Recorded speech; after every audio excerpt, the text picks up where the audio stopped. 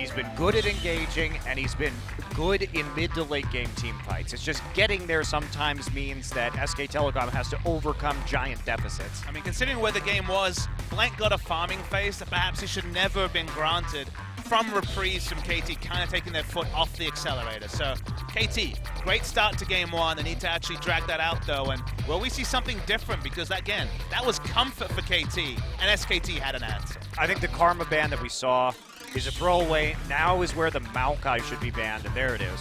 Yeah, so going to keep things pretty tight-knit, as we saw in game one, except for the Maokai going to be an adaptation coming through from KT Rolster, which makes perfect sense. But so far, the Trundle, the Gangplank, now the Maokai, final ban coming through for SKT. We'll see what they want. It was Talia in the last game, and it's going to be Talia yet again. So they don't have to change too much. I guess the only worry here for KT is that from the change in the bans, something like SKT taking a Juggernaut-esque comp is possible. So Karma, maybe you just take it for Chani, who's undefeated on the pick. We think of him more as a melee support, but if you take first pick Karma, it may deny some strategies, but they're going to take the Sivir that obviously SKT highly prioritized in game one. Yeah, trying to mess with SKT right now. Are we going to see a Tahm Kench? This game was a bit of a mysteriously not present, put it that way. Mysterious absence in the first game of this series. And especially if that Malzahar comes through again, having the Tahm Kench is going to be very useful for KT. But as you say, maybe KT also goes for a Karma Sivir lane. Extraordinarily powerful, great early game presence, and movement speed in the later phases of the game, rounding it out. But KT can probably draft pretty similar to game one, with Sivir as a plug and play for the Kog'Maw, and they don't have to worry about a champion like Maokai, who kind of outscales damage in a lot of cases if he gets enough tank items and then has the value from his ultimate. So there's not really a replacement for Maokai. That's why the ban, I think, is going to be really powerful now. They had a two-man front line. One part of that front line was the Rek'Sai, and SKT will take it again. Yeah, they're going to go ahead and snatch that up despite the Gragas being available for them to get on their first rotation. So looks like Blank said, you know what? I did get on Rek'Sai. Let's go ahead and run it again. And Faker is going to be saying the same thing with Malzahar in mid. What will KT want to do? How much change will there be on the other four picks on the side of KT compared to what they drafted in game one? Will we see the return of the Aurelion Sol and Echo?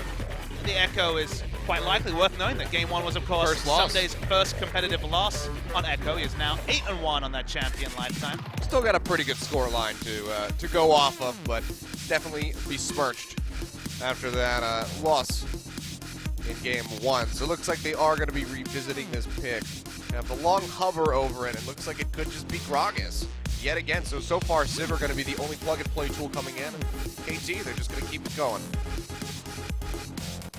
Interesting that they would grab the Gragas early here when the jungler already been taken by SKT, and we could have seen that Karma with the Echo instead. It's going to be waiting it out, and we have seen, of course, Someday struggle in that Gnar versus Echo lane matchup. He died twice to Cubey in solo kills against Samsung with his flash and ultimate up both times. Hopefully that will not be happening again. Yeah, I mean, comparing Cubey to Duke, some differences there as far as the players go, so you can be damn sure that Duke would be able to take a hold of that matchup in the 1v1 with his Gnar. Looks like SKT may very well just be going for this, so it'll be another engage tool coming through, as well as the Ashe for Bang if they want to lock that one up. But looks like they're tooling around with the idea of the Kog'Maw themselves, and with the clock ticking down, it's going to be locked in. I had a feeling that the Kog'Maw will be coming through from SKT. I thought it would be a bit more Juggernaut-esque, because of course Faker has been on utility mages for the better part of the LCK history since the start of the 2015 season, but could just draft the likes of the Tahm Kench or the Braum as a last pick to give that Kog'Maw a bit of protection, and could have gone for the Ashe for engage, but they're definitely now peeling back with part of this comp. Looks like from mid now, thinking about the Varus for Faker in mid. So Varus has been the answer to Juggernaut comps and a lot of the Kog'Maw comps, just because his range is so sheer, and if you go for a poke comp, the enemy has to initiate. Now there is Gnar already on the side of SKT, but Kog'Maw does so much damage kiting back that's kind of lost going forward, especially against a poke comp that has the ability to disengage. And you think of the Gragas ultimate as an engage tool. Well, guess what? It's even more reliable as a disengage tool. They lock it up with a Tarek, so Hachani, the first one to bring that out since the rework into LCK, goes back to that. And now Wolf getting his last pick. See the Tom Kench right there. Wouldn't be a surprise whatsoever if that gets picked up. It's either Karma in my mind, or it's going to be the Tom Kench here for Wolf, just because you need something that's going to provide a little bit more mobility and or protection for the Kog'Maw, because basically Malzahar, Rek'Sai, and Gnar are all going in onto the enemy team. So your peel options are not the best unless you have a little bit more movement speed. And Karma, because of the changes on 615, you have to get more points into your shield to actually give that 60% movement speed boost. And in a support role, you're not going to get the levels as fast to be able to do that. So it's just not, I think, as good as it was as a support pick any longer. With the need to engage for SKT, is Tom Kench actually going to be devouring the Kog'Maw, or is he just going to be abyssal voyaging into the backline with a Rek'Sai? Because at the end of the day, Kog'Maw is going to be outranged by the ability of Sivir to pop the ultimate, everyone to disengage backwards, Cast comes down, Kog'Maw is going to be just not be able to track into fights with range. So really intriguing to see. The Alistar would have been the true engage tool, but they've kind of straddled the line with the Tom Kench. See Blank in a bit of a pep talk there from Coma. Definitely giving him some encouraging words after a shaky start to game one. We're able to bring that one back, but still need to clear his head, make sure that he comes into this game nice and focused so that he doesn't give up those early advantages over to KT yet again. But now with his side, KT coming in with the Varus, with the Sivir. The Echo Gragas not going to be doing a whole lot of AP damage, so it's going to be lacking on the side of KT Rolster. I think they're going to be doing okay AP damage. We'll see. Someday does tend to build, the Trinity Force, so some more physical damage at least right there too coming through. But in any case, we'll see what Fly can do on the Varus. He's only had 3 games this season on Varus, so it's not like this has been a major pickup for KT prior to this point in time. We have a good amount of lockdown with that, with the Dazzle from Tarek. We'll see if they can make it work as we go into game 2. KT gonna look to fire back and take a game off of SK Telecom.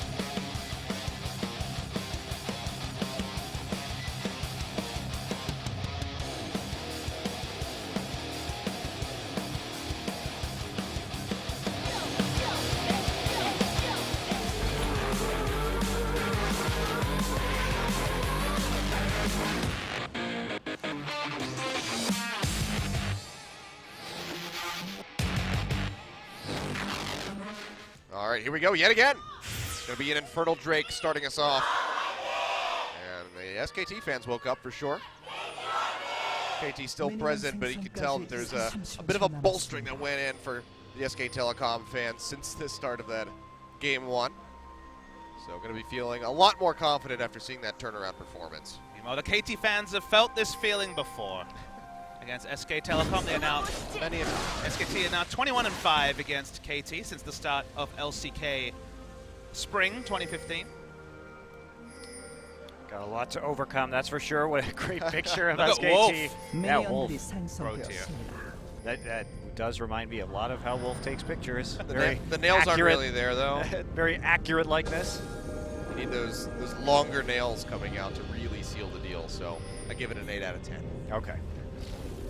KT, much more defensive start. Remember, they did go for that deep invade onto the Krugs of SKT. That was the same. We are once again with KT on blue side. Chani. Yeah, Johnny walking in is going to find Wolf and Bang. Says, okay, you know what? I just got turned around. Wrong area. Didn't want to be here, guys. Be able to walk back out. They are able to trade a little bit of damage onto Bang with that boomerang. So KT actually not going to be pained as they come into that 2v2 matchup with bottom. Well, I'm going to have to be really careful this game against the Malzahar Rek'Sai combination. Opting for the heal. It's going to be a very careful game of distances as Faker is going to try and flash on top of him, post 6. See how that goes for Fly, but if they can set up the siege, the wave clear very good for KT here between the Sivir and the Varus. And if they can set up some nice sieges, they may be able just to win off of turret gold.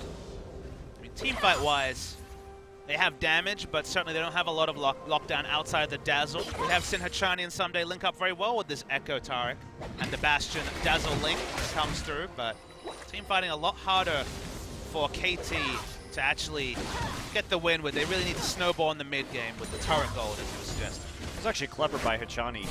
He matched Wolf's roam right there just to take out his ward, anticipating that he was going to be walking around, trying to get some vision into the river. We'll get that. To eliminate that. Scuttle Crab over to Blank. And Score is just going to be working through the jungle, so not going to be seeing any invasive plays coming out yet. Faker's going to be handed over that blue buff, where Blank's going to take it for himself. Looks like it maybe the latter as Faker's still hovering around in mid. So he'll be able to go claim that blue for himself, which I'm sure he would love to have early on, but either way, he's going to be all right. He's just trying to stay up in CS as much as he can, as Fly is inching above him with a 6 CS lead. Both teams would surely love an Infernal Drake, which is the first spawn of this game. Yeah, KT probably wanted to get that this time around after what happened in Game 1, so be pretty sure that they're going to really take the preventative measures to make sure SK Telecom can't get in there and sneak it away from them yet again. A lot on Score to set up the defensive vision for Fly. They can keep pink wards down on both the left and right side of mid lane. Then the closer and closer Fly gets to level 9, the happier he'll be when he's able to actually push waves without having to invest in auto attacks. Level 6 against Ghost Flash Malzahar, there'll be a lot of pressure as Blank meets Score. Hello, yeah, he's going to get a hell of a lot of damage down too. Score's going to go back in, has a body slam in the barrel there. Fire back piercing arrow from Fly, he's not going to connect.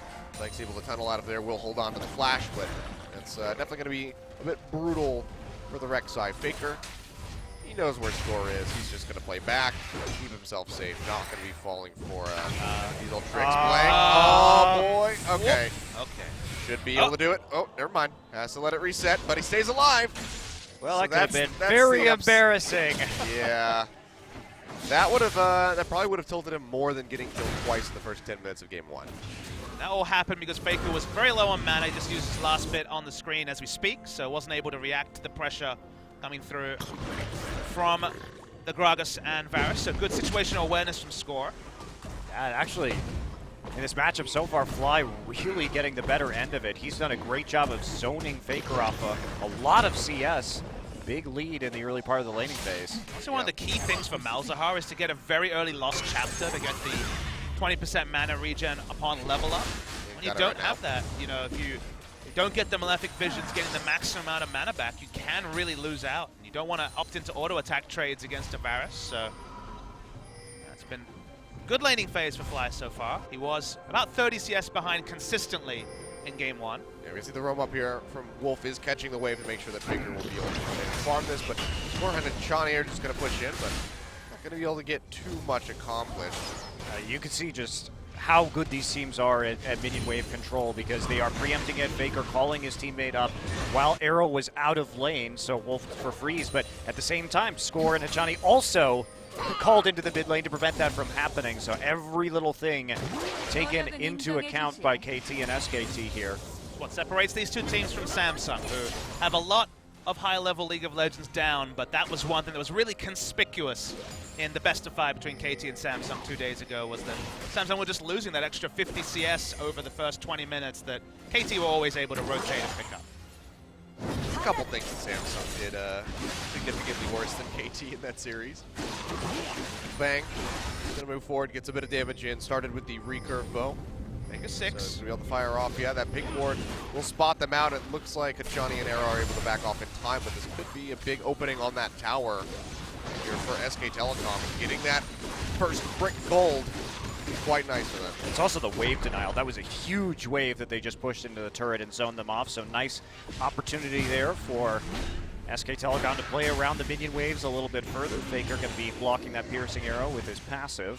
That time, Blank's pathing was just superior to that of Score. Score was sitting in the river brush at top lane, not zoning, not ganking, not really achieving much, whereas Blank lost about a wave and a half of KT's minions to them, so that was much more successful a roam for the side of SKT. Yeah, that's going to be extra punishing onto Arrow because he has that coal. Wants to stack that up as fast as he possibly can to get that payout. So getting denied that pretty significant amount of CS, now 8 behind Bang. It's going to be hurting him in more ways than one. They get really good damage in onto the tower. Not able to find the kill yet, but SK Telecom still going to be in a better spot to get that first brick gold. Guess what? Someday hasn't died in laning phase to the Nara yet, so that's an improvement. He's even winning in terms of CS. Achievement unlocked. Duke opting for the double Doran's Blade for just that extra amount of punishment in the early game. Someday going to forego the Dark Seal this game and pick up. Going for this yet again. Trinity Arrow at going to get first. exhausted out. The dazzle comes through from Achani. Will lock up Wolf. Nice spell shield to block the artillery there. But Blank and Faker, they're coming around the backside. Achani and Arrow just not going to spawn. Brace Seeker's going to get blocked by the minion. Arrow flashes away, trying to create some distance with the flash forward from Blank. He's taking up the tower. Devours there from Wolf to keep him safe. And now the Nethergrass onto Achani. They'll find it. Faker's going to flash away. Just gets out of range of the tower in time. The piercing arrow not going to connect. But they find the corrupting arrow on to Bang. There it is. They take him down. You spoke too soon, guys. You cursed him. Someday gets solo killed out by Duke at the top. Overall, that's going to be 3 kills picked up globally for SK Telecom. Just the one answering onto the cog maul for KT. Yeah, they are going to have to go back right now. Score and Fly still very healthy. They're going to be tricky. Score walking around. They do see him with the tremor sense, even as the wards are taken out. So SKT actually wastes a little bit of time right there. Baker going to be a bit delayed when it comes to getting back into lane. But, I mean, right here, actually, this is misplayed because Achani flashes next to Arrow behind the turret. So it's a really easy knock up there to start things off. And then what happened in the top side was just Duke flashing. Something actually had his ult on cooldown and used the flash first, so Duke with a nice all-in. How eerily similar is this to game 1, but actually with the teams reversed. It was KT getting a couple of kills in bot lane, and getting a cross-map solo kill. That was actually from a gank, but still a cross-map kill on the top lane that really opened up their lead, and now it's SKT, conversely in game 2, taking the wins in both lanes. For Someday. You guys just had to bring it up. So And I was complimenting him. I was like, we within haven't died yet. 2 minutes. He was like, he heard you, and he was just like, oh, okay. And he just like walked up towards the tower. To his credit, he used his summon as an ult, so he's got that going That's for him. true. He tried to avoid it, but And it's only once so far this game that he's died. All right. In a solo kill. There's still time. we'll start a tally. So that's 1. All right, well, Fly has gone. I was wondering how he was going to play this matchup. He has gone tier QSS. Well, that answers my question of what happens post 6 when he's really scared of Faker flashing on top of him. Well, he's not going to have Now, damage for quite some time. he's still going to be very brittle, so there's still a world where he Oh, dies. a missile voyage coming through into the mid lane, trying to get on top of Fly. Silence comes through. It's not actually going to connect. He does shoot that out very slightly. He'll take a bit of damage. The Score pushing in, does have that explosive cast available. Doesn't look like he wants to go for it. Duke, he's going for the second kill, though. The parallel convergence will clip him. He gets locked up. Meanwhile, back in mid, Devour coming through. Nethergrass on the Score, working him down. The Malefic Vision's ticking away. Looks like he will be safe, but not going to fall. Someday almost gets solo killed in the end, but several members of KT narrowly avoiding death as SK Telecom just keeps turning on the pressure. And KT having to have Sivir in lane against Wits and Cogmore at 10 minutes is disaster. Every time Cogmore can push up, activate W, trying to CS under turret and taking significant trade damage. It's really hurting the CS of Arrow. He's 13 behind, and that lead will only grow for Bang. Yeah, the Cole, too. I mean, pretty much no useful items for Arrow at the moment. And it's one on a Kog'Maw. Basically nothing you can do as Arrow awkwardly sort of runs around underneath his turret and tries to wave clear where he can. So everything looking good for SKT here. Game number 2 of this series.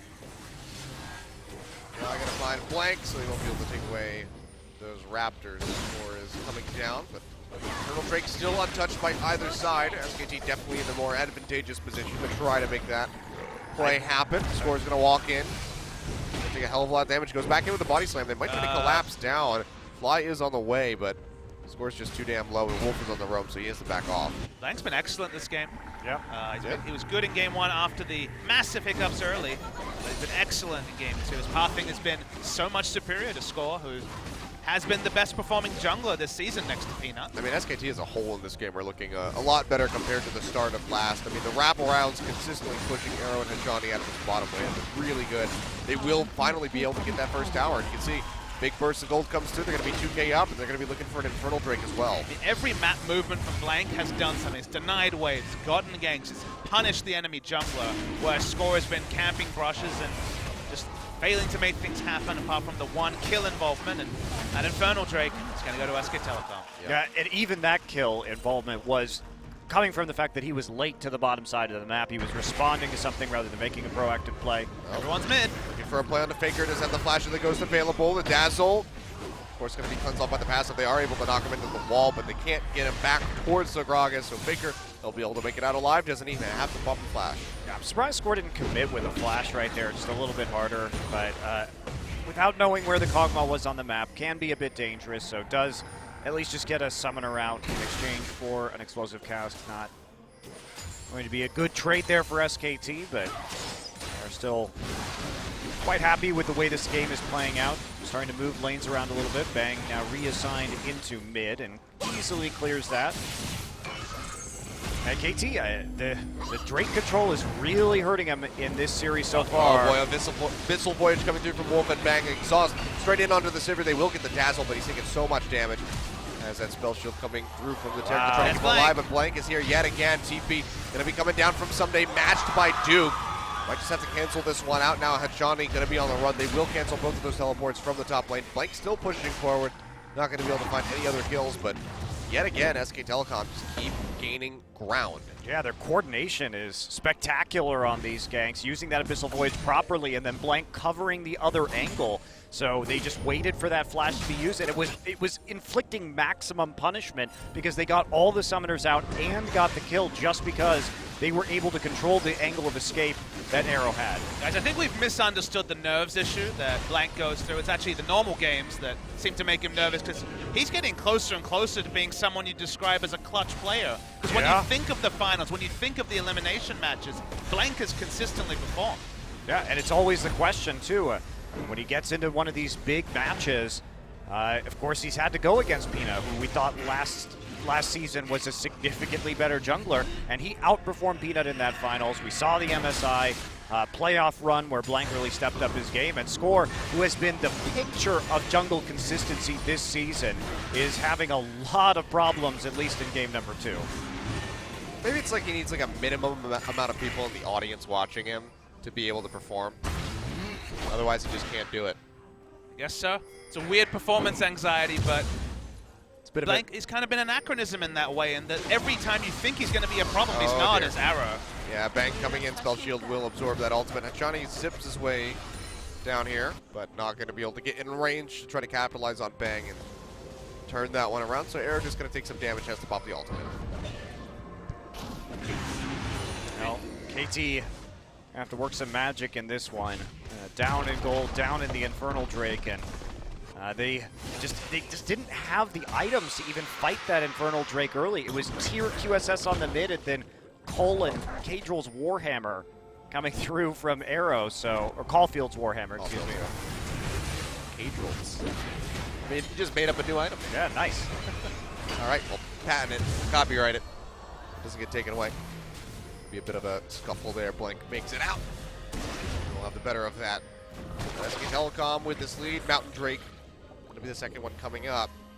So no, 3 Infernals in a row, but a Mountain will be still just as nice for SK Telecom to pick up. They'll be in a good position to go ahead and net that for themselves. KT just haven't been able to move to that side of the river. You can see Blank just has a smattering of tunnel systems worked up in that lower side of the river, so he can just zip his way around constantly. At some point, we have to go back to the regular season for KT Rolster, go back to the big run for KT Rolster and be like, okay, so what worked for this team? And what worked was getting Someday ahead. They did it mostly in lane swaps. They did it mostly by allowing other objectives like Drake's to go down to really allow Someday to get a lead. And sometimes that's just because it's Someday versus Cuvée, and it's just an out-skill matchup. Duke is a fantastic laner, one of the best in the world. It's standard lane, so it's so much harder to snowball a big lead without the cost being another lane falling way behind. And now we're going to have a second game where Someday and Duke are even, and KT doesn't really seem to know how to actually take the game from here. I mean, we haven't seen Score come to this top side at all.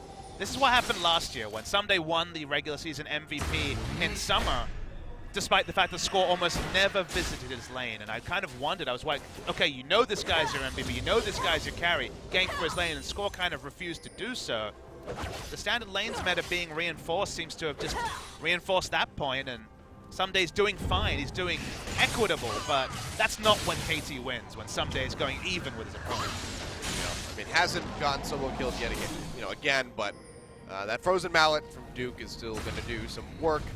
as far as harassing out the Echo and keeping him at bay. See, someday just have that Trinity Force completed, so didn't opt to go for something like the Iceborne Gauntlet, but needs to start getting tanky for these fights. SKT are not predicting a fight here. Yeah, the dude is fine the wards now, but Arrow's still really far away. Looks like they might just peel off of this. It's too high risk, low reward. So they'll let that Rift Herald stand. It's going to give Fly a little bit of an opening onto this mid-tier 1. Likely won't be able to take the tower, but actually can get damn well close. Yeah, now Arrow and Ajani arriving. They're going to be able to force up for this. It was a clever play by SKT as they fell in back into the top side, because that meant that Someday couldn't get close to that turret, which had already been chipped out by Duke, but they do trade it for the mid as a result.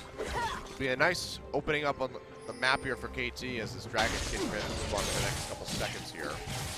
Bemoan the window in game 1 when QSS delay meant that 2-item Coldmore wasn't online for past the 20-minute mark. It's certainly online here.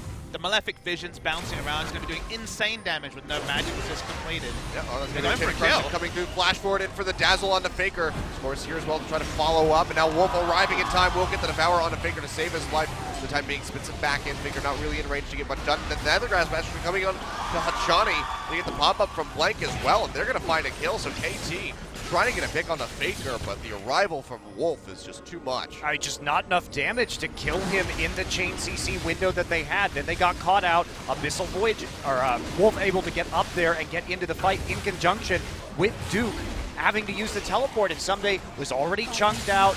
Low couldn't commit to a TP, and KT looking a little bit desperate when it comes to making these plays because the communication wasn't there. Someday, if he was not in a place where he could TP effectively, they should never have started that play in the first place. It seemed like, I mean, if Score had arrived in time, they probably would have been able to have that kill, but he just wasn't in range for the explosive gas. Speaking of which, he uses that right there.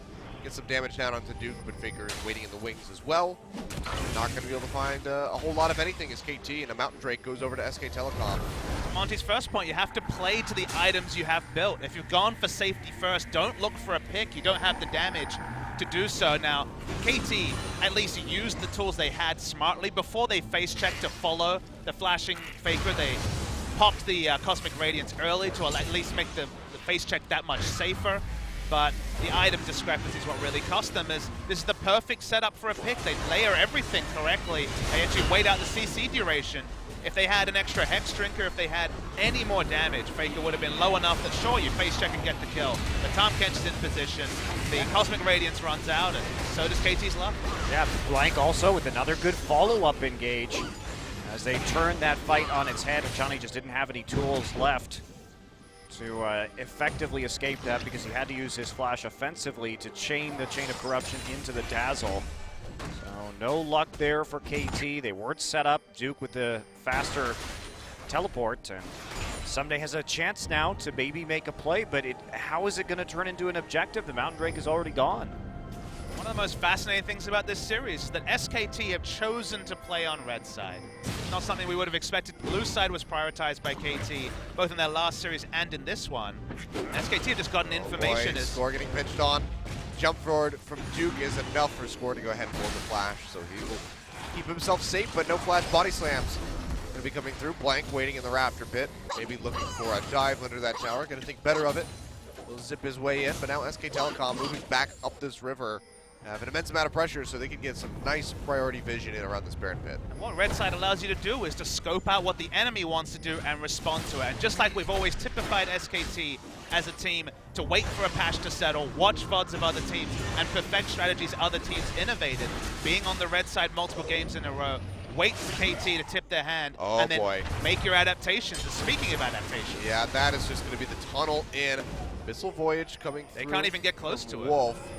No, they can't. Duke and his Darbar's in the perfect place. Yeah, he's going to get jumped on. Takes a hell of a lot of damage, but a three-man stun coming through on the wall. Fly now arriving. The Baron going low down to 1,500. Can they find it? It's going to be confirmed by Blank, so no steal. Coming through from KT Rolster. The Devour in on a score. Spits him out into the middle of SK Telecom. He tries to get a kill on a Faker, but can't do it. That's 2 kills picked up already for SKT. I mean, Someday goes in, but he gets just destroyed. All he has is a Trinity Force and a QSS right now as he tries to get into the pit to do something, but just popped capped instantly. Didn't even have a chance to use the chrono break, and KT just getting desperate, seeing how low that Baron was. But what a great play from SK Telecom, using the Tahm Kench to get the Kog'Maw over the back wall. Kog'Maw just stands there while the Rek'Sai tanks it, and Duke, Gnar, perfect place to make the, just to run interference, gets the great Gnar off.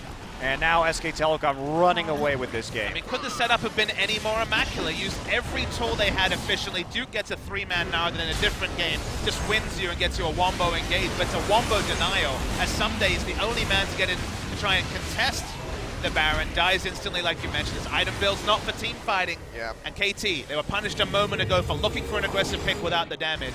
Unfortunately, team fighting, the safety first item build doesn't help you there either. Yeah, Bang and Fake are just blowing him up. And Blank not missing the smite on the Baron. And now we have pretty much the biggest lead that we've had in the series so far. It's going to be about 8,000 gold for SK Telecom. Should we be at 22 surprised, minutes. guys? Should we be surprised? I mean, all of us sat No. down. If we had it longer on camera, we had some KT flags to show. Every analyst I spoke to around today said KT would win, and with the evidence that you had, how could you not bet on KT? I mean, those games that SK Telecom played a week ago against Longzhu were terrible. Yeah. They looked awful That was some in of the those worst League of games. Legends I've seen But we in Korea. keep having the recency effect of their recent form's not great, and we keep ignoring the fact that they have just persisted. They have always stuck to their guns. They have always come back when they needed to, and it's the SK Telecom class coming through again. I mean, it is. This team is remarkable in that way, right? That even when they've had their lows, when it really mattered, when push came to shove, they have always, always, always come through. Ever since, hey, that's it, really. One time, MSI fine. Okay, that was first off, that was a 5th game scenario. It wasn't, it was still very, very close. But that's literally the only blemish on otherwise immaculate history for SK Telecom. And 3-1 KT was kind of the prevailing sentiment, but there was always that little voice in my head that said 3-0 SKT without any real reason to think so. Here comes Duke, gets the pushback, will have Hachani into the wall and flies going low, throws out the chain of corruption the wrong way. Looks like he might live in the end, but the Malefic Visions could very well take him down. Someday goes in deep, has to use the Bastion. snapback to keep himself alive. Looks like he will make it out with his life, but the tier 2 goes down in favor of SK Telecom. They can just keep pushing forward and look for more. Still have that Baron buff on them, and that turret is going to go down very quickly with that Infernal and Mountain Tree. This is huge for SKT because, It's overcommitting. The barrel conversion's not going to connect. Score already taking a hell of a lot of damage. Blank goes for it, gets the unburrow, knocks him up and takes him down. A swift 3 kills. Make that 4. Let's make it 5. Screw it. Let's go the distance, says SKT. They will find an ace. They're going to find an inhibitor, and they're going to find probably the end of the game. It's only 25 minutes in, but they got Baron minions, several healthy members, including Bang, and that's going to be it. 2-0 up for SKT in this best of 5. how many times have we seen this in a best of series from SK Telecom? The first game is close, and every game after that gets less close and less close and less close for their opponents. And it looks like they're doing again 25-minute win. Unbelievable that they were able to bounce back this quickly. And I think that really does show up to scrutiny that the first game draft was very much the old SKTK special. Give them all their comfort, beat them with it, and then just take down what is a decimated team, both in confidence as you look at someday on your screen. They look full on, and how can you blame them? This series has been all SKT after the first 15 minutes or so of game 1.